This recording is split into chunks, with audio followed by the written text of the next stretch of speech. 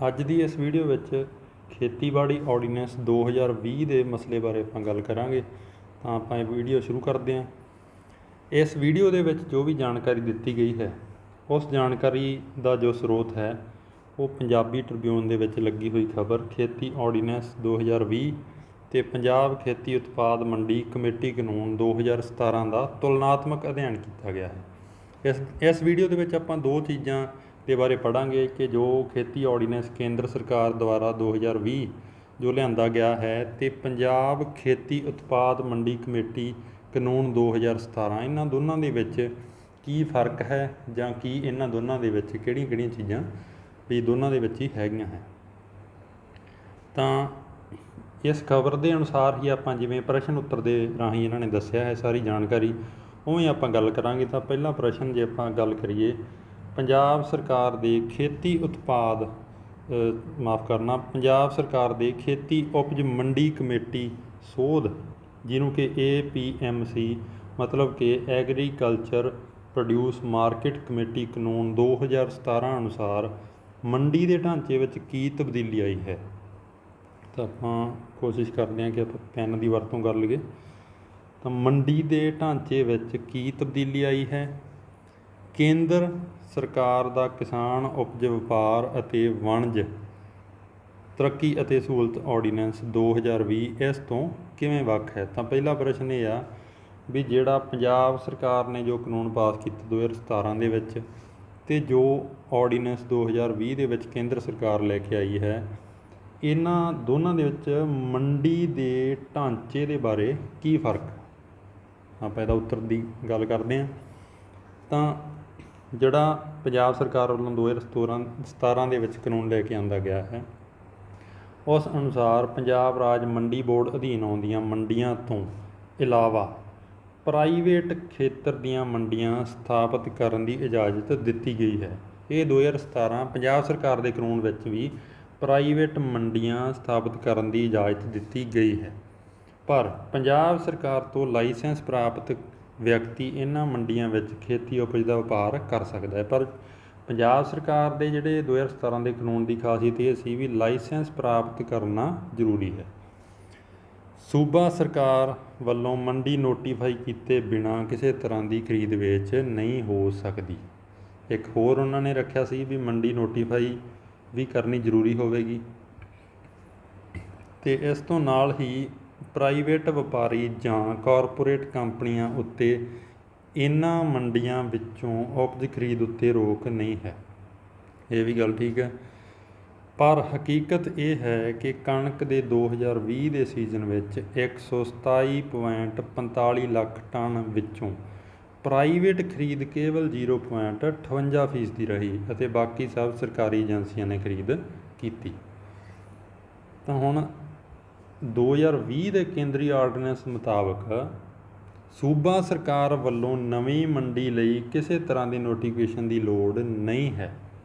ਇੱਥੇ ਫਰਕ ਹੁੰਦਾ ਹੈ। ਦੇਖੋ ਜਿਵੇਂ ਆਪਾਂ ਗੱਲ ਕੀਤੀ ਆ ਜੋ ਪੰਜਾਬ ਸਰਕਾਰ ਦੇ 2017 ਕਾਨੂੰਨ ਦੇ ਅਨੁਸਾਰ ਜੇਕਰ ਕੋਈ ਵੀ ਪ੍ਰਾਈਵੇਟ ਮੰਡੀ ਸਥਾਪਿਤ ਹੁੰਦੀ ਹੈ ਤਾਂ ਉਹਦੇ ਲਈ ਲਾਇਸੈਂਸ ਪ੍ਰਾਪਤ ਕਰਨਾ ਜ਼ਰੂਰੀ ਹੈ ਅਤੇ ਮੰਡੀ ਨੂੰ ਨੋਟੀਫਾਈ ਕਰਨਾ ਵੀ ਜ਼ਰੂਰੀ ਹੈ। ਪਰ ਜੋ ਕੇਂਦਰ ਦਾ ਆਰਡੀਨੈਂਸ ਕਹਿੰਦਾ ਹੈ ਉਹਦੇ ਵਿੱਚ ਕਿਸੇ ਵੀ ਤਰ੍ਹਾਂ ਦੀ ਨੋਟੀਫਿਕੇਸ਼ਨ ਦੀ ਲੋੜ ਨਹੀਂ ਹੈ ਅਤੇ ਨਾ ਹੀ ਕਿਸੇ ਲਾਇਸੈਂਸ ਦੀ ਲੋੜ ਹੈ। ਕੇਵਲ ਆਮਦਨ ਕਰ ਦੇਣ ਵਾਲਾ ਮਤਲਬ ਪੈਨ ਕਾਰਡ ਵਾਲਾ ਕੋਈ ਵੀ ਵਿਅਕਤੀ ਖੇਤੀ ਉਪਜ ਦਾ ਵਪਾਰ ਕਰ ਸਕਦਾ ਹੈ। ਪੰਜਾਬ ਮੰਡੀ ਬੋਰਡ ਵੱਲੋਂ ਐਲਾਨੀਆਂ ਮੰਡੀਆਂ ਤੋਂ ਬਾਹਰ ਅਜਿਹਾ ਵਿਅਕਤੀ ਕਿਸੇ ਵੀ ਥਾਂ ਖੇਤੀ ਉਪਜ ਦਾ ਵਪਾਰ ਕਰ ਸਕਦਾ ਹੈ। ਇਸ ਤੋਂ ਅਗਲਾ ਪ੍ਰਸ਼ਨ ਮੰਡੀਆਂ ਵਿੱਚ ਫੀਸ ਅਤੇ ਸੈਸ ਲਗਾਉਣ ਦੇ ਸੂਬਾ ਸਰਕਾਰ ਦੇ ਅਧਿਕਾਰ ਵਿੱਚ ਨਵੇਂ ਆਰਡੀਨੈਂਸ ਦਾ ਕੀ ਅਸਰ ਪਵੇਗਾ। ਹੁਣ ਦੇਖਦੇ ਹਾਂ ਮੰਡੀ ਫੀਸ ਅਤੇ ਸੈਸ 'ਤੇ ਕੀ ਅਸਰ ਪਊਗਾ ਨਵੇਂ ਆਰਡੀਨੈਂਸ ਦਾ। ਤਾਂ ਪਹਿਲਾਂ ਆਪਾਂ ਪੰਜਾਬ ਦੇ ਕਾਨੂੰਨ ਦੀ ਗੱਲ ਕਰਦੇ ਹਾਂ। ਪੰਜਾਬ ਦੇ ਕਾਨੂੰਨ ਮੁਤਾਬਕ ਪ੍ਰਾਈਵੇਟ ਮੰਡੀ ਵੀ ਨੋਟੀਫਾਈ ਖੇਤਰ ਵਿੱਚ ਹੀ ਕੰਮ ਕਰ ਸਕਦੀ ਹੈ। ਕਿਸਾਨ ਨੂੰ ਪ੍ਰਾਈਵੇਟ ਅਤੇ ਜਨਤਕ ਮੰਡੀ ਦੋਵਾਂ ਵਿੱਚੋਂ ਕਿਸੇ ਵਿੱਚ ਵੀ ਫਸਲ ਵੇਚਣ ਦਾ ਹੱਕ ਹੈ। ਪੰਜਾਬ ਸਰਕਾਰ ਵੱਲੋਂ ਪਹਿਲਾਂ ਹੀ ਸਥਾਪਿਤ 1852 ਦੇ ਕਰੀਬ ਮੰਡੀਆਂ ਜਾਂ ਸਬ ਯਾਰਡਾਂ ਤੋਂ ਇਲਾਵਾ ਪ੍ਰਾਈਵੇਟ ਮੰਡੀਆਂ ਸਥਾਪਿਤ ਕੀਤੀਆਂ ਜਾ ਸਕਦੀਆਂ ਹਨ। ਇਹ ਮਤਲਬ ਪੰਜਾਬ ਦੇ ਕਾਨੂੰਨ ਵਿੱਚ ਵੀ ਇਹ ਗੱਲ ਪਹਿਲਾਂ ਸੀ। ਪ੍ਰਾਈਵੇਟ ਵਪਾਰੀਆਂ ਦੀ ਮਾਲਕੀ ਵਾਲੀਆਂ ਮੰਡੀਆਂ 10 ਏਕੜ ਰਕਬੇ ਵਿੱਚ, 3 ਏਕੜ ਅਤੇ 1 ਏਕੜ ਵਿੱਚ ਹੋ ਸਕਦੀਆਂ ਹਨ। ਫਿਲਹਾਲ ਇਹ ਫਲਾਂ, ਸਬਜ਼ੀਆਂ, ਫੁੱਲਾਂ, ਲੱਕੜੀ ਅਤੇ ਪਸ਼ੂਆਂ ਲਈ ਮਨਜ਼ੂਰ ਕੀਤੀਆਂ ਜਾ ਸਕਣਗੀਆਂ। ਇਸ ਦਾ ਮਤਲਬ ਇਹ ਹੈ ਕਿ ਪੰਜਾਬ ਦੇ ਕਾਨੂੰਨ ਮੁਤਾਬਕ ਵੀ ਪ੍ਰਾਈਵੇਟ ਮੰਡੀਆਂ ਸਥਾਪਿਤ ਕੀਤੀਆਂ ਜਾ ਸਕਦੀਆਂ ਹਨ, ਪਰ ਕੇਂਦਰ ਦੇ ਆਰਡੀਨੈਂਸ ਨਾਲੋਂ ਇਸ ਦਾ ਇਹ ਫਰਕ ਹੈ ਕਿ ਇਹਨਾਂ ਉੱਤੇ ਪੂਰੀ ਤਰ੍ਹਾਂ ਸਰਕਾਰੀ ਕੰਟਰੋਲ ਕਾਇਮ ਰਹੇਗਾ।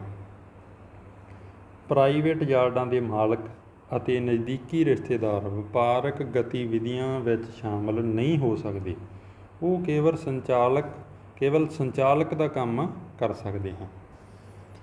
ਪ੍ਰਾਈਵੇਟ ਮੰਡੀਆਂ ਦੇ ਪ੍ਰਬੰਧਕਾਂ ਵੱਲੋਂ ਵਸੂਲੇ ਜਾਣ ਵਾਲੇ ਯੂਜ਼ਰ ਚਾਰਜ ਵਿੱਚੋਂ 25% ਮੰਡੀ ਵਿਕਾਸ ਫੰਡ ਵਾਸਤੇ ਪੰਜਾਬ ਰਾਜ ਮੰਡੀ ਬੋਰਡ ਕੋਲ ਜਮ੍ਹਾਂ ਕਰਵਾਉਣੇ ਹੋਣਗੇ। ਅਜੇ ਤੱਕ ਕੋਈ ਇੱਦਾਂ ਦੀ ਵੀ ਪ੍ਰਾਈਵੇਟ ਮੰਡੀ ਸਥਾਪਿਤ ਨਹੀਂ ਹੋਈ। ਮਤਲਬ ਕਿ ਪੰਜਾਬ ਸਰਕਾਰ ਨੇ ਪਹਿਲਾਂ ਹੀ ਕਾਨੂੰਨ ਦੇ ਵਿੱਚ ਰੱਖਿਆ ਹੈ ਕਿ ਜੇ ਪ੍ਰਾਈਵੇਟ ਮੰਡੀ ਸਥਾਪਿਤ ਕਰਨੀ ਹੈ ਤਾਂ ਉਹ ਕੀਤੀ ਜਾ ਸਕਦੀ ਹੈ, ਪਰ ਉਸ ਦੇ ਉੱਪਰ ਪੂਰਾ ਸਰਕਾਰੀ ਕੰਟਰੋਲ ਹੋਵੇਗਾ ਅਤੇ 25% ਮੰਡੀ ਵਿਕਾਸ ਫੰਡ ਵੀ ਪੰਜਾਬ ਰਾਜ ਮੰਡੀ ਬੋਰਡ ਕੋਲ ਜਮ੍ਹਾਂ ਕਰਵਾਉਣੇ ਹੋਣਗੇ।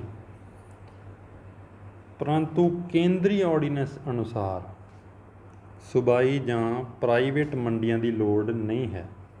ਕਿਸੇ ਵੀ ਜਗ੍ਹਾ ਵਪਾਰ ਕੀਤਾ ਜਾ ਸਕਦਾ ਹੈ।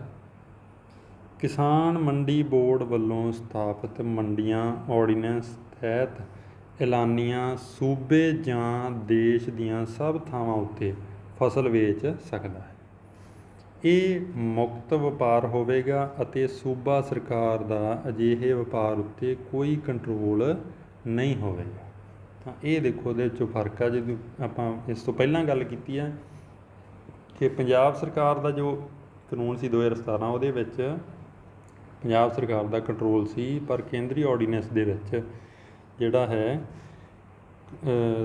ਅਜਿਹੇ ਵਪਾਰ ਉੱਪਰ ਕੋਈ ਕੰਟਰੋਲ ਨਹੀਂ ਹੋਵੇਗਾ ਸੂਬਾ ਸਰਕਾਰ ਦਾ। ਇਸ ਤੋਂ ਅਗਲਾ ਪ੍ਰਸ਼ਨ, ਮੰਡੀਆਂ ਵਿੱਚ ਟੈਕਸ ਲਗਾਉਣ ਸੰਬੰਧੀ ਨਵੇਂ ਆਰਡੀਨੈਂਸ ਅਤੇ ਪੁਰਾਣੇ ਕਾਨੂੰਨ ਵਿੱਚ ਕੀ ਅੰਤਰ ਹੈ? ਹੁਣ ਜਿਹੜਾ ਮੰਡੀਆਂ ਵਿੱਚ ਟੈਕਸ ਲੱਗਦਾ ਉਹਦਾ ਕੀ ਫਰਕ ਆ? ਪੰਜਾਬ ਰਾਜ ਮੰਡੀ ਬੋਰਡ ਅਧੀਨ ਆਉਂਦੀਆਂ ਜਨਤਕ ਅਤੇ ਪ੍ਰਾਈਵੇਟ ਦੋਵਾਂ ਤਰ੍ਹਾਂ ਦੀਆਂ ਮੰਡੀਆਂ ਵਿੱਚ ਸੂਬਾ ਸਰਕਾਰ ਨੂੰ ਮੰਡੀ ਦੇ ਵਿਕਾਸ ਲਈ ਮਾਰਕੀਟ ਫੀਸ, ਦਿਹਾਤੀ ਖੇਤਰ ਦੇ ਵਿਕਾਸ ਲਈ RDF ਮਤਲਬ ਰੂਰਲ ਡਿਵੈਲਪਮੈਂਟ ਫੰਡ ਲਈ ਦਿਹਾਤੀ ਵਿਕਾਸ ਫੰਡ ਅਤੇ ਆੜ੍ਹਤੀਆਂ ਦੀ ਆੜ੍ਹਤ ਸਮੇਤ ਕਈ ਤਰ੍ਹਾਂ ਦੇ ਟੈਕਸ ਅਤੇ ਸੈਸ ਲਗਾਉਣ ਦਾ ਹੱਕ ਹੈ।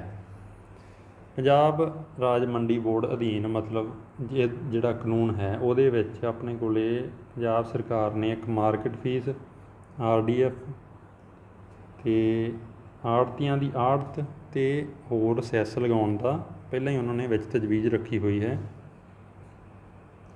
ਇਹ ਜੋ ਤਿੰਨੇ ਟੈਕਸ ਹੈਗੇ ਆ, ਇਹਨਾਂ ਦੀ ਆਪਾਂ ਗੱਲ ਕਰੀਏ, ਇਸ ਸਮੇਂ ਅਨਾਜ ਵਾਲੀਆਂ ਮੰਡੀਆਂ ਵਿੱਚ ਖਰੀਦਦਾਰ ਨੂੰ 3% ਮੰਡੀ ਫੀਸ, 3% ਦਿਹਾਤੀ ਵਿਕਾਸ ਫੰਡ ਅਤੇ 2.5% ਆੜ੍ਹਤ ਦੇਣੀ ਪੈਂਦੀ ਹੈ। ਸੂਬਾ ਸਰਕਾਰ ਸਪੈਸ਼ਲ ਮੰਡੀਆਂ ਵੀ ਸਥਾਪਿਤ ਕਰ ਸਕਦੀ ਹੈ। ਆਪਣੀ ਮੰਡੀ ਦੀ ਪ੍ਰਣਾਲੀ ਇਸੇ ਤਹਿਤ ਆਈ ਹੈ ਅਤੇ ਇੱਥੇ ਕਿਸਾਨ ਸਿੱਧੇ ਆਪਣੀ ਉਪਜ ਵੇਚ ਸਕਦੇ ਹਨ।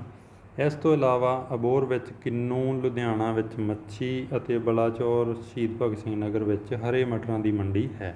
ਇਹ ਸਭ ਕੁਝ ਜੋ ਪੰਜਾਬ ਸਰਕਾਰ ਦੇ 2017 ਦੇ ਕਾਨੂੰਨ ਅਨੁਸਾਰ ਹੈ, ਪਰ ਕੇਂਦਰੀ ਆਰਡੀਨੈਂਸ ਮੁਤਾਬਕ ਨਵੇਂ ਤਰੀਕੇ ਦੇ ਖੇਤੀ ਉਪਜ ਵਪਾਰ ਵਿੱਚ ਕਿਸੇ ਤਰ੍ਹਾਂ ਦਾ ਟੈਕਸ ਨਹੀਂ ਲਗਾਇਆ ਜਾਵੇਗਾ। ਇਹ ਇੱਕ ਜ਼ੀਰੋ ਟੈਕਸ ਪ੍ਰਣਾਲੀ ਹੈ। ਸੂਬਾ ਸਰਕਾਰ ਅਜਿਹੀ ਕਿਸੇ ਵੀ ਖਰੀਦ ਵੇਚ ਉੱਤੇ ਟੈਕਸ ਨਹੀਂ ਲਗਾ ਸਕਦੀ ਅਤੇ ਨਾ ਹੀ ਵਪਾਰੀ ਸੂਬਾ ਸਰਕਾਰ ਪ੍ਰਤੀ ਜਵਾਬਦੇਹ ਹੋਣਗੇ।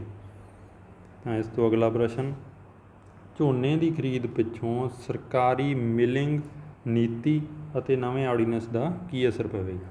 ਜੋ ਸਰਕਾਰੀ ਮਿਲਿੰਗ ਨੀਤੀ ਹੈ, ਮਿੱਲਾਂ ਦਾ ਕੀ ਅਸਰ ਪਵੇਗਾ? ਤਾਂ ਝੋਨੇ ਦੀ ਖਰੀਦ ਮੁੱਖ ਤੌਰ 'ਤੇ ਸਰਕਾਰੀ ਏਜੰਸੀਆਂ ਕਰਦੀਆਂ ਹਨ। ਜ਼ਿਲ੍ਹਾ ਪੱਧਰੀ ਕਮੇਟੀਆਂ ਸ਼ੈਲਰਾਂ ਨੂੰ ਝੋਨਾ ਅਲਾਟ ਕਰਦੀਆਂ ਹਨ ਅਤੇ ਮਿਲ ਕਰਕੇ ਉਹਨਾਂ ਹੀ ਚਾਵਲ ਵਾਪਸ ਸਰਕਾਰ ਨੂੰ ਦੇਣਾ ਹੁੰਦਾ ਹੈ। ਹਰ ਸ਼ੈਲਰ ਵਾਲੇ ਨੂੰ ਕਿੰਨਾ ਝੋਨਾ ਦੇਣਾ ਹੈ, ਇਸ ਦਾ ਫੈਸਲਾ ਜ਼ਿਲ੍ਹਾ ਪੱਧਰੀ ਕਮੇਟੀ ਕਰਦੀ ਹੈ। ਇੱਥੇ ਵੀ ਮਤਲਬ ਜੋ ਰੈਗੂਲੇਸ਼ਨ ਹੈ ਉਹ ਜ਼ਿਲ੍ਹਾ ਪੱਧਰੀ ਕਮੇਟੀ ਦੁਆਰਾ ਕੀਤੀ ਜਾਂਦੀ ਹੈ। ਪਰ ਜੋ ਨਵਾਂ ਆਰਡੀਨੈਂਸ ਆ ਉਹਦੇ ਅਨੁਸਾਰ ਕੀਮਤ ਭਰੋਸੇ ਬਾਰੇ ਕਿਸਾਨ ਸਸ਼ਕਤੀਕਰਨ ਅਤੇ ਸੁਰੱਖਿਆ ਸਮਝੌਤਾ ਅਤੇ ਫਾਰਮ ਸੇਵਾਵਾਂ ਆਰਡੀਨੈਂਸ 2020 ਮੁਤਾਬਕ ਝੋਨੇ ਦੀ ਮਿਲਿੰਗ ਪੰਜਾਬ ਦੇ ਸ਼ੈਲਰਾਂ ਤੋਂ ਹੀ ਕਰਵਾਉਣੀ ਜ਼ਰੂਰੀ ਨਹੀਂ ਹੋਵੇਗੀ। ਇੱਥੇ ਇਹ ਫਰਕ ਹੁੰਦਾ ਹੈ ਵੀ ਜੋ ਮਿਲਿੰਗ ਹੈ ਉਹ ਜ਼ਰੂਰੀ ਨਹੀਂ ਕਿ ਪੰਜਾਬ ਦੇ ਸ਼ੈਲਰਾਂ ਤੋਂ ਹੀ ਕਰਵਾਈ ਜਾਵੇ, ਕਿਉਂਕਿ ਉਪਜ ਦੀ ਪ੍ਰੋਸੈਸਿੰਗ ਜਾਂ ਕੱਚਾ ਮਾਲ ਵੀ ਕਿਸੇ ਵਪਾਰੀ ਨੂੰ ਸੂਬੇ ਤੋਂ ਬਾਹਰ ਵੀ ਜਿੱਥੇ ਚਾਹੇ ਵੇਚਣ ਦੀ ਖੁੱਲ੍ਹ ਮਿਲ ਗਈ ਹੈ। ਕਿਸੇ ਨੂੰ ਵੀ ਖੇਤੀ ਉਪਜ ਅਸੀਮਤ ਮਾਤਰਾ ਵਿੱਚ ਖਰੀਦਣ ਅਤੇ ਭੰਡਾਰ ਕੇ ਰੱਖਣ ਦੀ ਵੀ ਖੁੱਲ੍ਹ ਹੋਵੇਗੀ। ਇਹ ਫਰਕ ਆਪਾਂ ਨੂੰ ਪਤਾ ਲੱਗਿਆ। ਇਸ ਤੋਂ ਅਗਲਾ ਪ੍ਰਸ਼ਨ, ਫਸਲ ਦੀ ਕੀਮਤ ਵਿੱਚ ਉਤਰਾਅ ਚੜ੍ਹਾਅ ਆਉਣ ਉੱਤੇ ਕਿਸਾਨਾਂ ਦੀ ਸਹਾਇਤਾ ਲਈ ਆਰਡੀਨੈਂਸ ਦੀ ਕੀ ਪਹੁੰਚ ਹੈ। ਵੀ ਜੇਕਰ ਫਸਲ ਦੀ ਕੀਮਤ ਵਿੱਚ ਕੋਈ ਉਤਰਾਅ ਚੜ੍ਹਾਅ ਆਉਂਦਾ ਹੈ ਤਾਂ ਉਦੋਂ ਕਿਸਾਨਾਂ ਦੀ ਸਹਾਇਤਾ ਲਈ ਆਰਡੀਨੈਂਸ ਦੇ ਵਿੱਚ ਕੀ ਤਜਵੀਜ਼ ਹੈ। ਇਸ ਤੋਂ ਪਹਿਲਾਂ ਗੱਲ ਕਰਦੇ ਹਾਂ, ਪੰਜਾਬ ਵਿੱਚ ਕਣਕ ਝੋਨੇ ਦੀ ਖਰੀਦ ਤਾਂ ਸਰਕਾਰੀ ਪੱਧਰ ਉੱਤੇ ਹੁੰਦੀ ਹੈ। ਖਰੀਦ ਦੀ ਗਰੰਟੀ ਤੋਂ ਬਿਨਾਂ ਵਾਲੀਆਂ ਫਸਲਾਂ ਦੀ ਕੀਮਤ ਸਥਿਰਤਾ ਲਈ ਪੰਜਾਬ ਦੇ ਮੰਡੀ ਕਾਨੂੰਨ ਵਿੱਚ ਕੀਮਤ ਸਥਿਰਤਾ ਫੰਡ ਪ੍ਰਾਈਜ਼ ਸਟੇਬਲਾਈਜੇਸ਼ਨ ਫੰਡ ਸਥਾਪਿਤ ਕਰਨ ਦੀ ਪ੍ਰੋਵੀਜ਼ਨ ਹੈ। ਇਹ ਪਹਿਲਾਂ ਪ੍ਰੋਵੀਜ਼ਨ ਹੈ ਜੋ ਪੰਜਾਬ ਦੇ ਵਿੱਚ ਆਲਰੇਡੀ 2017 ਵਿੱਚ ਕਾਨੂੰਨ ਬਣਾਇਆ। ਉਹਦੇ ਵਿੱਚ ਜੇਕਰ ਕੀਮਤ ਦੇ ਵਿੱਚ ਉਤਰਾਅ ਚੜ੍ਹਾਅ ਹੁੰਦਾ ਤਾਂ ਕੀਮਤ ਸਥਿਰਤਾ ਫੰਡ ਸਥਾਪਿਤ ਕਰਨ ਦੀ ਪ੍ਰੋਵੀਜ਼ਨ ਹੈ। ਇਸ ਕਾਨੂੰਨ ਅਨੁਸਾਰ ਸਰਕਾਰ ਦੇ ਫੈਸਲੇ ਮੁਤਾਬਕ ਕੀਮਤ ਸਥਿਰਤਾ ਫੰਡ ਲਈ ਖਰੀਦਦਾਰਾਂ ਤੋਂ ਟੈਕਸ ਵਸੂਲਿਆ ਜਾ ਸਕਦਾ ਹੈ। ਅਜਿਹੇ ਫੰਡ ਨੂੰ ਕਿਸਾਨਾਂ ਨੂੰ ਫਸਲਾਂ ਦਾ ਭਾਅ ਪੂਰਾ ਨਾ ਮਿਲਣ ਦੀ ਸੂਰਤ ਵਿੱਚ ਉਹਨਾਂ ਦੀ ਸਹਾਇਤਾ ਲਈ ਵਰਤਿਆ ਜਾ ਸਕਦਾ ਹੈ ਅਤੇ ਹੋਰ ਕਿਸੇ ਵੀ ਕੰਮ ਉੱਤੇ ਇਸ ਪੈਸੇ ਨੂੰ ਵਰਤਣ ਦੀ ਮਨਾਹੀ ਹੋਵੇਗੀ। ਪਰ ਨਵੇਂ ਆਰਡੀਨੈਂਸ ਵਿੱਚ ਅਜਿਹੀ ਕੋਈ ਧਾਰਾ ਨਹੀਂ ਹੈ। ਅਗਲਾ ਪ੍ਰਸ਼ਨ, ਕਿਸਾਨਾਂ ਨੂੰ ਉਪਜ ਦੀ ਅਦਾਇਗੀ ਬਾਰੇ ਮੌਜੂਦਾ ਕਾਨੂੰਨ ਅਤੇ ਆਰਡੀਨੈਂਸ ਦਾ ਕੀ ਫਰਕ ਹੈ। ਵੀ ਜੋ ਕਿਸਾਨਾਂ ਦੀ ਉਪਜ ਆ ਉਸ ਦੀ ਅਦਾਇਗੀ ਦੇ ਬਾਰੇ ਕੀ ਫਰਕ ਹੈ। ਪੰਜਾਬ ਦੇ ਮੰਡੀ ਕਾਨੂੰਨ ਤਹਿਤ ਜਾਰੀ ਨਿਯਮਾਂ ਅਨੁਸਾਰ ਕਿਸਾਨਾਂ ਨੂੰ ਫਸਲ ਵਿਕਣ ਤੋਂ 48 ਘੰਟੇ ਅੰਦਰ ਅਦਾਇਗੀ ਕਰਨੀ ਹੁੰਦੀ ਹੈ। ਜੇਕਰ ਪੈਸਾ ਨਾ ਮਿਲੇ ਤਾਂ ਮਾਰਕੀਟ ਕਮੇਟੀ ਦੇ ਸਕੱਤਰ ਦੀ ਜ਼ਿੰਮੇਵਾਰੀ ਹੈ। ਸੰਬੰਧਿਤ ਜ਼ਿਲ੍ਹੇ ਦੇ ਡਿਪਟੀ ਕਮਿਸ਼ਨਰ ਨੂੰ ਇਹ ਅਧਿਕਾਰ ਹੈ ਕਿ ਜੇਕਰ ਵਪਾਰੀ ਕਿਸਾਨਾਂ ਦਾ ਪੈਸਾ ਅਦਾ ਨਾ ਕਰੇ ਤਾਂ ਵਪਾਰੀ ਦੀ ਜਾਇਦਾਦ ਦੀ ਬੋਲੀ ਕਰਵਾ ਕੇ ਪੈਸੇ ਦਿਵਾ ਸਕਦਾ ਹੈ। ਅੰਤਿਮ ਤੌਰ ਉੱਤੇ ਮੁੱਦਾ ਅਦਾਲਤ ਵਿੱਚ ਵੀ ਲਿਜਾਇਆ ਜਾ ਸਕਦਾ ਹੈ। ਤਾਂ ਇਹ ਹੈ ਵੀ ਜੇਕਰ ਕਿਸਾਨ ਦੀ ਫਸਲ ਵਿਕਣ ਤੋਂ ਬਾਅਦ ਵੀ ਉਸ ਨੂੰ ਅਦਾਇਗੀ ਨਹੀਂ ਹੁੰਦੀ ਤਾਂ ਪੰਜਾਬ ਦੇ ਮੰਡੀ ਕਾਨੂੰਨ ਤਹਿਤ ਕਿਸਾਨ ਨੂੰ ਅਦਾਇਗੀ ਲੈਣ ਦੇ ਲਈ ਜੋ ਇਹਦੇ ਵਿੱਚ ਆਪਣੇ ਕੋਲ ਉਹਦੇ ਕੋਲ ਤਰੀਕੇ ਹੈਗੇ ਆ ਵੀ ਜਿਨ੍ਹਾਂ ਰਾਹੀਂ ਉਹ ਅਦਾਇਗੀ ਲੈ ਸਕਦਾ। ਪਹਿਲੇ ਨੰਬਰ 'ਤੇ ਤਾਂ ਮਾਰਕੀਟ ਕਮੇਟੀ ਦੇ ਸਕੱਤਰ ਦੀ ਜ਼ਿੰਮੇਵਾਰੀ ਹੈ, ਫਿਰ ਜ਼ਿਲ੍ਹੇ ਦੇ DC ਨੂੰ ਅਧਿਕਾਰ ਹੈ। ਉਸ ਤੋਂ ਬਾਅਦ ਅਖੀਰ 'ਤੇ ਵੀ ਜੇਕਰ ਨਾ ਮਸਲਾ ਹੱਲ ਆਵੇ ਤਾਂ ਮੁੱਦਾ ਅਦਾਲਤ ਵਿੱਚ ਵੀ ਲਿਜਾਇਆ ਜਾ ਸਕਦਾ ਹੈ। ਪਰੰਤੂ ਨਵੇਂ ਆਰਡੀਨੈਂਸ ਮੁਤਾਬਕ ਕਿਸਾਨਾਂ ਨੂੰ ਉਸ ਦੀ ਫਸਲ ਦੀ ਅਦਾਇਗੀ ਖਰੀਦ ਵਾਲੇ ਦਿਨ ਜਾਂ 3 ਕੰਮਕਾਜੀ ਦਿਨਾਂ ਅੰਦਰ ਹੋਣੀ ਚਾਹੀਦੀ ਹੈ। ਖਰੀਦ ਵਾਲੇ ਦਿਨ ਜਾਂ 3 ਕੰਮਕਾਜੀ ਦਿਨਾਂ ਅੰਦਰ ਹੋਣੀ ਚਾਹੀਦੀ ਹੈ। ਜੇਕਰ ਵਪਾਰੀ ਅਦਾਇਗੀ ਨਾ ਕਰੇ ਤਾਂ ਵਿਵਾਦ ਨੂੰ ਆਪਸੀ ਸਹਿਮਤੀ ਨਾਲ ਸੁਲਝਾਇਆ ਜਾਵੇਗਾ। ਇਸ ਤੋਂ ਪਿੱਛੋਂ ਸੰਬੰਧਿਤ ਤਹਿਸੀਲ ਦੇ SDM ਜਾਂ ਅਪੀਲ ਡਿਪਟੀ ਕਮਿਸ਼ਨਰ ਦੇ ਦਫ਼ਤਰ ਪਾਈ ਜਾ ਸਕਦੀ ਹੈ। ਪਰ ਆਰਡੀਨੈਂਸ ਮੁਤਾਬਕ ਅਜਿਹਾ ਵਿਵਾਦ ਕਿਸੇ ਅਦਾਲਤ ਵਿੱਚ ਨਹੀਂ ਲਿਜਾਇਆ ਜਾ ਸਕੇਗਾ। ਇੱਥੇ ਵੀ ਫਰਕ ਆ ਗਿਆ। ਅਗਲਾ ਪ੍ਰਸ਼ਨ, ਟਰੇਡਿੰਗ ਦੇ ਮਾਮਲੇ ਵਿੱਚ ਸੂਬਾਈ ਨਿਯਮ ਅਤੇ ਨਵੇਂ ਆਰਡੀਨੈਂਸ ਰਾਹੀਂ ਵਪਾਰ ਕੌਣ ਕਰ ਸਕਦਾ ਹੈ। ਪੰਜਾਬ ਸਰਕਾਰ ਦੇ ਕਾਨੂੰਨ ਅਨੁਸਾਰ ਕੇਵਲ ਲਾਇਸੈਂਸ ਵਾਲਾ ਡੀਲਰ ਹੀ ਈ ਟਰੇਡਿੰਗ ਕਰ ਸਕਦਾ ਹੈ। ਇੱਥੇ ਫਿਰ ਧਿਆਨ ਦਿਓ, ਕੇਵਲ ਲਾਇਸੈਂਸ ਵਾਲਾ ਡੀਲਰ ਹੀ ਈ ਟਰੇਡਿੰਗ ਕਰ ਸਕਦਾ ਹੈ। ਇਹ ਪੰਜਾਬ ਸਰਕਾਰ ਦਾ ਕਾਨੂੰਨ ਕਹਿੰਦਾ। ਪਰੰਤੂ ਕੇਂਦਰੀ ਆਰਡੀਨੈਂਸ ਮੁਤਾਬਕ ਈ ਟਰੇਡਿੰਗ ਲਈ ਕਿਸੇ ਤਰ੍ਹਾਂ ਦੇ ਲਾਇਸੈਂਸ ਦੀ ਲੋੜ ਨਹੀਂ ਅਤੇ ਕੇਵਲ ਪੈਨ ਨੰਬਰ ਹੀ ਕਾਫੀ ਹੈ ਅਤੇ ਉਸ ਲਈ ਕੋਈ ਫੀਸ ਅਦਾ ਕਰਨੀ ਵੀ ਜ਼ਰੂਰੀ ਨਹੀਂ ਹੈ। ਇੱਥੇ ਫਿਰ ਫਰਕ ਆ ਗਿਆ। ਅਗਲਾ ਪ੍ਰਸ਼ਨ, ਫੂਡ ਪ੍ਰੋਸੈਸਿੰਗ ਦੇ ਮੁੱਦੇ ਉੱਤੇ ਮੌਜੂਦਾ ਕਾਨੂੰਨ ਅਤੇ ਨਵੇਂ ਆਰਡੀਨੈਂਸ ਵਿੱਚ ਕੀ ਵਖਰੇਵੇਂ ਹਨ? ਸੂਬਾਈ ਕਾਨੂੰਨ ਮਤਲਬ ਪੰਜਾਬ ਸਰਕਾਰ ਦੇ ਕਾਨੂੰਨ ਮੁਤਾਬਕ ਪ੍ਰੋਸੈਸਿੰਗ ਨੂੰ ਉਤਸ਼ਾਹਿਤ ਕਰਨ ਲਈ ਯੂਨੀਫਾਈਡ ਲਾਇਸੈਂਸ ਪ੍ਰਣਾਲੀ ਨੂੰ ਮਨਜ਼ੂਰੀ ਦੇ ਦਿੱਤੀ।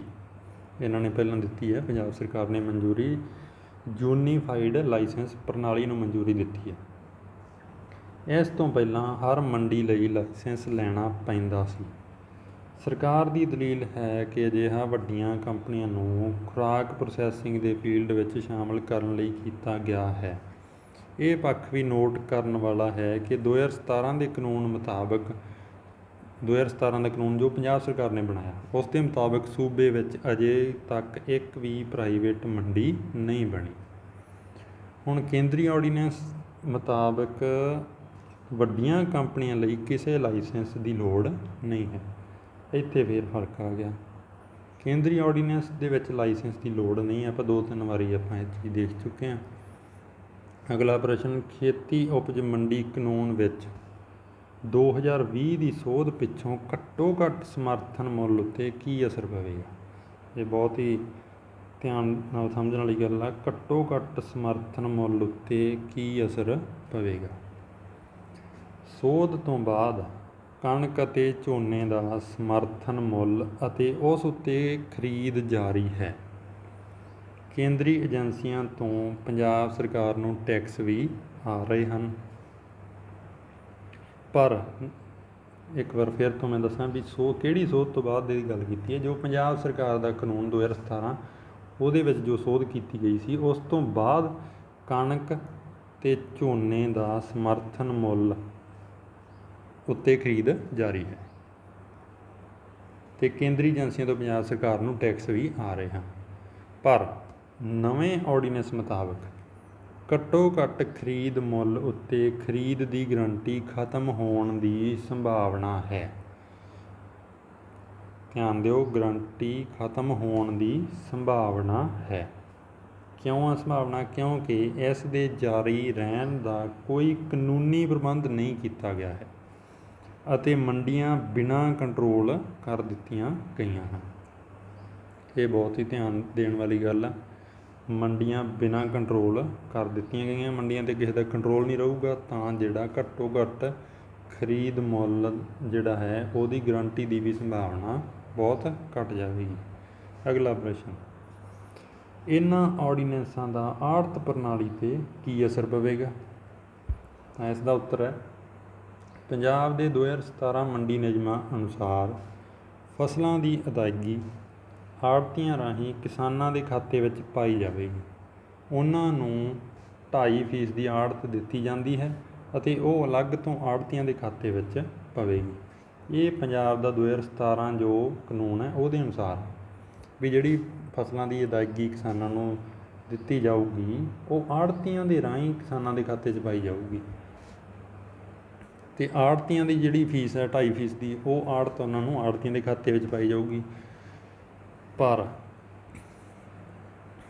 ਇਸ ਤੋਂ ਅੱਗੇ ਗੱਲ ਕਰਦੇ ਹਾਂ, ਕੇਂਦਰ ਦੇ 2017 ਦੇ ਮਾਡਲ ਕਾਨੂੰਨ ਮੁਤਾਬਕ FCI ਅਤੇ ਕਾਟਨ ਕਾਰਪੋਰੇਸ਼ਨ ਆਫ ਇੰਡੀਆ ਸਣੇ ਸਭ ਖਰੀਦਦਾਰਾਂ ਨੂੰ ਅਦਾਇਗੀ ਸਿੱਧੀ ਕਿਸਾਨਾਂ ਦੇ ਖਾਤਿਆਂ ਵਿੱਚ ਪਾਉਣ ਦਾ ਨਿਯਮ ਹੈ।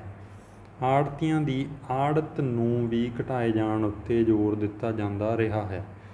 ਇਹ ਜੋ ਹੈ ਇਹ ਕੇਂਦਰ ਨੇ ਕੋਈ 2017 ਦੇ ਵਿੱਚ ਕੇਂਦਰ ਨੇ ਵੀ ਕੋਈ ਨਵਾਂ ਮਾਡਲ ਜਿਹੜਾ ਹੈਗਾ ਮਾਡਲ ਕਾਨੂੰਨ ਪਾਸ ਕੀਤਾ ਸੀਗਾ, ਜਿਹਦੇ ਵਿੱਚ ਉਹਨਾਂ ਨੇ ਕਿਹਾ ਸੀਗਾ ਵੀ ਅਦਾਇਗੀ ਸਿੱਧੀ ਕਿਸਾਨਾਂ ਦੇ ਖਾਤਿਆਂ 'ਚ ਪਾਉਣੀ ਆ ਅਤੇ ਆੜ੍ਹਤੀਆਂ ਦੀ ਆੜ੍ਹਤ ਨੂੰ ਵੀ ਉਹਨਾਂ ਨੇ ਉਦੋਂ ਘਟਾਏ ਜਾਣ ਦੀ ਗੱਲ ਕੀਤੀ ਸੀ। ਪਰ ਨਵੇਂ ਆਰਡੀਨੈਂਸ ਦੇ ਵਿੱਚ ਆੜ੍ਹਤੀ ਪ੍ਰਣਾਲੀ ਲਈ ਕੋਈ ਥਾਂ ਨਹੀਂ ਹੈ। ਨਵੇਂ ਆਰਡੀਨੈਂਸ ਦੇ ਵਿੱਚ ਉਹਨਾਂ ਨੇ ਆੜ੍ਹਤੀ ਪ੍ਰਣਾਲੀ ਨੂੰ ਖਤਮ ਕਰਨ ਦੀ ਗੱਲ ਕੀਤੀ ਹੈ। ਅਗਲਾ ਪ੍ਰਸ਼ਨ, ਕੰਟਰੈਕਟ ਫਾਰਮਿੰਗ ਰਾਹੀਂ ਕਿਸਾਨਾਂ ਦੀ ਆਮਦਨ ਵਾਧੇ ਦੇ ਮਾਮਲੇ ਬਾਬਤ ਮੌਜੂਦਾ ਕਾਨੂੰਨ ਅਤੇ ਨਵੇਂ ਆਰਡੀਨੈਂਸ ਵਿੱਚ ਕੀ ਅੰਤਰ ਹੈ? ਇੱਕ ਤਾਂ ਕੰਟਰੈਕਟ ਫਾਰਮਿੰਗ ਅਤੇ ਇੱਕ ਕਿਸਾਨਾਂ ਦੀ ਆਮਦਨ ਦਾ ਵਾਧਾ, ਇਹਦੇ ਬਾਰੇ ਕੀ ਗੱਲ ਆ? ਪੰਜਾਬ ਦੇ ਕਾਨੂੰਨ ਵਿੱਚ ਵੀ ਕੰਟਰੈਕਟ ਫਾਰਮਿੰਗ ਦੀ ਪ੍ਰੋਵੀਜ਼ਨ ਹੈ। ਪੰਜਾਬ ਨੇ ਜੋ ਕਾਨੂੰਨ ਬਣਾਇਆ ਉਹਦੇ ਵਿੱਚ ਵੀ ਕੰਟਰੈਕਟ ਫਾਰਮਿੰਗ ਦੀ ਪ੍ਰੋਵੀਜ਼ਨ ਹੈ। ਫਲਾਂ ਅਤੇ ਸਬਜ਼ੀਆਂ ਦੀ ਫਸਲ ਦੀ ਕਟਾਈ ਜਾਂ ਤੁੜਾਈ ਤੋਂ ਪਹਿਲਾਂ ਵੀ ਮੰਡੀ ਬੋਰਡ ਤੋਂ ਲਾਇਸੈਂਸਸ਼ੁਦਾ ਵਪਾਰੀ ਕੰਟਰੈਕਟ ਕਰ ਸਕਦਾ ਹੈ। ਉਸ ਨੂੰ ਮੰਡੀ ਬੋਰਡ ਨੂੰ 10,000 ਰੁਪਏ ਫੀਸ ਜਮ੍ਹਾਂ ਕਰਵਾਉਣੀ ਪਵੇਗੀ। ਕੰਟਰੈਕਟ ਤਹਿਤ ਵਪਾਰੀ ਫਸਲ ਸਿੱਧੀ ਉਤਪਾਦਕ ਤੋਂ ਖਰੀਦ ਸਕਦਾ ਹੈ। ਕਿਸੇ ਮਾਰਕੀਟ ਕਮੇਟੀ ਦੇ ਨੋਟੀਫਾਈਡ ਖੇਤਰ ਅੰਦਰ ਪੈਂਦੇ ਕਿਸੇ ਫਲ ਅਤੇ ਸਬਜ਼ੀਆਂ ਦੇ ਖੇਤ ਦੀ ਕੰਟਰੈਕਟ ਫਾਰਮਿੰਗ ਵੀ ਮੰਡੀ ਕਾਨੂੰਨ ਤਹਿਤ ਖਰੀਦ ਵੇਚ ਪ੍ਰਣਾਲੀ ਦੇ ਅਧੀਨ ਮੰਨੀ ਜਾਵੇਗੀ ਅਤੇ ਉਹਨਾਂ ਨੂੰ ਨਿਰਧਾਰਤ ਚਾਰਜ ਦੇਣੇ ਪੈਣਗੇ। ਇਹ ਮਤਲਬ ਪੰਜਾਬ ਦੇ ਜਿਹੜਾ ਕਾਨੂੰਨ ਸੀ 2017 ਉਹਦੇ ਵਿੱਚ ਵੀ ਕੰਟਰੈਕਟ ਫਾਰਮਿੰਗ ਦੀ ਪ੍ਰੋਵੀਜ਼ਨ ਹੈ, ਪਰ ਉਹਦੇ ਵਿੱਚ ਖਾਸ ਤੌਰ 'ਤੇ ਧਿਆਨ ਦੇਣ ਦੀ ਇਹ ਗੱਲ ਹੈ ਵੀ ਲਾਇਸੈਂਸਸ਼ੁਦਾ ਵਪਾਰੀ ਹੀ ਕੰਟਰੈਕਟ ਕਰ ਸਕਦਾ ਹੈ ਅਤੇ ਉਹਨੂੰ ਮੰਡੀ ਬੋਰਡ ਨੂੰ ਫੀਸ ਵੀ ਜਮ੍ਹਾਂ ਕਰਾਉਣੀ ਪੈਂਦੀ ਹੈ। ਪਰ ਮੌਜੂਦਾ ਜੋ ਨਵਾਂ ਆਰਡੀਨੈਂਸ ਆ, ਮੌਜੂਦਾ ਕੰਟਰੈਕਟ ਫਾਰਮਿੰਗ ਦੇ ਆਰਡੀਨੈਂਸ ਵਿੱਚ ਕੇਂਦਰ ਸਰਕਾਰ ਦੇ 2017 ਦੇ ਮਾਡਲ ਕਾਨੂੰਨ ਦੇ ਵਾਂਗ ਹੀ ਕਿਸੇ ਤਰ੍ਹਾਂ ਦਾ ਕੋਈ ਰੈਗੂਲੇਸ਼ਨ ਨਹੀਂ ਹੋਵੇਗਾ। ਉਸ ਵਿੱਚ ਤਾਂ 1% ਟੈਕਸ ਦਾ ਪ੍ਰਾਵਧਾਨ ਸੀ, ਪਰ ਨਵੇਂ ਆਰਡੀਨੈਂਸ ਵਿੱਚ ਉਹ ਵੀ ਖਤਮ ਹੈ। ਮਤਲਬ ਕਿ ਕੰਟਰੈਕਟ ਫਾਰਮਿੰਗ ਨਵੇਂ ਆਰਡੀਨੈਂਸ ਦੇ ਅਨੁਸਾਰ ਬਿਨਾਂ ਰੈਗੂਲੇਸ਼ਨ ਤੋਂ ਕੀਤੀ ਜਾਵੇਗੀ ਅਤੇ ਉਹਦੇ ਵਿੱਚ ਕੋਈ ਵੀ ਜਿਹੜੀ ਆ ਟੈਕਸ ਆਦਿ ਨਹੀਂ ਹੋਵੇਗਾ। ਅਗਲਾ ਪ੍ਰਸ਼ਨ, ਸਰਕਾਰ ਦੁਆਰਾ ਅਨਾਜ ਦੀ ਖਰੀਦ ਨਾਲ ਅਨਾਜ ਦਾ ਹਿਸਾਬ ਕਿਤਾਬ ਸਰਕਾਰ ਕੋਲ ਰਹਿੰਦਾ ਹੈ। ਇਸ ਦਾ ਤਾਲੁਕ ਜਨਤਕ ਵੰਡ ਪ੍ਰਣਾਲੀ ਰਾਹੀਂ ਲੋਕਾਂ ਨੂੰ ਅਨਾਜ ਵੰਡਣ ਨਾਲ ਹੈ। ਕੀ ਨਵੇਂ ਆਰਡੀਨੈਂਸ ਇਸ ਬਾਰੇ ਕੁਝ ਕਹਿੰਦੇ ਹਨ? ਮਤਲਬ ਕਿ ਜੋ ਵੀ ਪੰਜਾਬ ਸਰਕਾਰ ਦੁਆਰਾ ਅਨਾਜ ਦੀ ਖਰੀਦ ਕੀਤੀ ਜਾਂਦੀ ਹੈ ਉਹਦਾ ਹਿਸਾਬ ਕਿਤਾਬ ਰੱਖਿਆ ਜਾਂਦਾ, ਤਾਂ ਨਵੇਂ ਆਰਡੀਨੈਂਸ ਦੇ ਵਿੱਚ ਅਨਾਜ ਦੀ ਖਰੀਦ ਨਾਲ ਸੰਬੰਧਿਤ ਜੋ ਹਿਸਾਬ ਕਿਤਾਬ ਆ ਉਹਦਾ ਕੀ ਪ੍ਰਾਵਧਾਨ ਆ? ਖੇਤੀ ਉਪਜ ਮੰਡੀ ਕਮੇਟੀ ਕਾਨੂੰਨ ਅਨੁਸਾਰ ਕਣਕ ਅਤੇ ਝੋਨੇ ਦੀ ਖਰੀਦ ਦਾ ਮੁਕੰਮਲ ਹਿਸਾਬ ਕਿਤਾਬ ਪੰਜਾਬ ਰਾਜ ਮੰਡੀ ਬੋਰਡ ਅਤੇ ਖਰੀਦ ਏਜੰਸੀਆਂ ਕੋਲ ਮੌਜੂਦ ਰਹਿੰਦਾ ਹੈ। ਜੋ ਇਦੋਂ ਪਹਿਲਾਂ ਨਵੇਂ ਆਰਡੀਨੈਂਸ ਤੋਂ ਪਹਿਲਾਂ ਦਾ ਜੋ ਕਾਨੂੰਨ ਚੱਲ ਰਿਹਾ ਹੈ ਪੰਜਾਬ ਦੇ ਅੰਦਰ, ਉਹਦੇ ਵਿੱਚ ਜਿਹੜਾ ਇਹ ਸਾਰਾ ਹਿਸਾਬ ਕਿਤਾਬ ਆ ਖਰੀਦ ਦਾ ਉਹ ਪੰਜਾਬ ਰਾਜ ਮੰਡੀ ਬੋਰਡ ਅਤੇ ਖਰੀਦ ਏਜੰਸੀਆਂ ਇਹਨਾਂ ਕੋਲ ਮੌਜੂਦ ਰਹਿੰਦਾ ਹੈ। ਪਰ ਕੇਂਦਰੀ ਆਰਡੀਨੈਂਸ ਮੁਤਾਬਕ ਖਰੀਦਦਾਰ ਲਈ ਕਿਸੇ ਲਾਇਸੈਂਸ ਜਾਂ ਰਜਿਸਟ੍ਰੇਸ਼ਨ ਦੀ ਲੋੜ ਨਹੀਂ ਹੋਵੇਗੀ। ਇਸ ਤਰ੍ਹਾਂ ਸਰਕਾਰੀ ਪੱਧਰ ਉੱਤੇ ਕਿਸੇ ਏਜੰਸੀ ਕੋਲ ਖੇਤੀ ਉਪਜ ਦੇ ਸਟਾਕ ਦਾ ਕੋਈ ਹਿਸਾਬ ਕਿਤਾਬ ਨਹੀਂ ਹੋਵੇਗਾ। ਇੱਥੇ ਦੇਖ ਸਕਦੇ ਹਾਂ ਕੋਈ ਵੀ ਹਿਸਾਬ ਕਿਤਾਬ ਨਹੀਂ ਹੋਵੇਗਾ ਕਿਸੇ ਵੀ ਏਜੰਸੀ ਦੇ ਕੋਲ। ਜ਼ਰੂਰੀ ਵਸਤਾਂ ਸੋਧ ਆਰਡੀਨੈਂਸ ਮੁਤਾਬਕ ਜ਼ਖੀਰੇਬਾਜ਼ੀ ਦੀ ਵੀ ਖੁੱਲ੍ਹ ਹੋ ਗਈ ਹੈ। ਨਾਲ ਹੀ ਇਹਨਾਂ ਨੇ ਇੱਕ ਜੋ ਜ਼ਰੂਰੀ ਵਸਤਾਂ ਸੋਧ ਦਾ ਆਰਡੀਨੈਂਸ ਲੈ ਕੇ ਆਂਦਾ ਹੈ ਉਹਦੇ ਵਿੱਚ ਵੀ ਜ਼ਖੀਰੇਬਾਜ਼ੀ ਦੀ ਖੁੱਲ੍ਹ ਹੋ ਗਈ ਹੈ। ਕਿਸੇ ਕੋਲ ਕਿੰਨਾ ਜ਼ਖੀਰਾ ਹੈ ਇਸ ਦੀ ਕੋਈ ਸੂਚਨਾ ਵੀ ਨਹੀਂ ਹੋਵੇਗੀ, ਜਿੰਨਾ ਮਰਜ਼ੀ ਕੋਈ ਸਟਾਕ ਕਰਕੇ ਰੱਖ ਸਕਦਾ ਹੈ। ਤਾਂ ਅਖੀਰ ਦੇ ਵਿੱਚ ਆਪਾਂ ਜੇ ਗੱਲ ਕਰੀਏ, ਕੁੱਲ ਮਿਲਾ ਕੇ ਪੰਜਾਬ ਸਰਕਾਰ ਦੇ ਖੇਤੀ ਉਪਜ ਮੰਡੀ ਕਮੇਟੀ ਕਾਨੂੰਨ 2017 ਅਤੇ ਨਵੇਂ ਆਰਡੀਨੈਂਸ ਵਿੱਚ ਵੱਡਾ ਅੰਤਰ ਇਹ ਹੈ ਕਿ ਸੂਬਾਈ ਕਾਨੂੰਨ ਮਤਲਬ ਪੰਜਾਬ ਸਰਕਾਰ ਦੇ ਕਾਨੂੰਨ ਵਿੱਚ ਵਪਾਰ ਦਾ ਹਰ ਪੱਖ ਨਿਯਮਤ ਮਤਲਬ ਰੈਗੂਲੇਟਡ ਹੈ ਅਤੇ ਨਵੇਂ ਆਰਡੀਨੈਂਸ ਵਿੱਚੋਂ ਰੈਗੂਲੇਸ਼ਨ ਗਾਇਬ ਹੈ ਅਤੇ ਰਾਜਾਂ ਦੇ ਅਧਿਕਾਰ ਖੇਤਰ ਨੂੰ ਸੱਟ ਵੱਜਦੀ। ਤਾਂ ਇਸ ਕਰਕੇ ਇਸ ਜਿਹੜਾ ਨਵਾਂ ਆਰਡੀਨੈਂਸ ਆਇਆ ਹੈ ਖੇਤੀ ਨਾਲ ਸੰਬੰਧਿਤ ਆਰਡੀਨੈਂਸ 2020, ਇਸ ਕਰਕੇ ਇਸ ਦੇ ਉੱਪਰ ਇੰਨਾ ਮਸਲਾ ਉੱਠ ਰਿਹਾ ਹੈ। ਤਾਂ ਆਪਾਂ ਉਮੀਦ ਕਰਦੇ ਹਾਂ ਕਿ ਇਸ ਆਰਡੀਨੈਂਸ ਨੂੰ ਦੁਬਾਰਾ ਰਿਵਿਊ ਕੀਤਾ ਜਾਣਾ ਚਾਹੀਦਾ ਹੈ। ਹਾਂ, ਇਸ ਦੇ ਨਾਲ ਹੀ ਆਪਾਂ ਇਹ ਵੀਡੀਓ ਖਤਮ ਕਰਦੇ ਹਾਂ। ਹਾਂ, ਇਸ ਵੀਡੀਓ ਦੇ ਵਿੱਚ ਜੋ ਪੰਜਾਬੀ ਟ੍ਰਿਬਿਊਨ ਦੀ ਖਬਰ ਹੈ ਉਸ ਦੇ ਵਿੱਚੋਂ ਹੀ ਜਾਣਕਾਰੀ ਲਈ ਗਈ ਹੈ।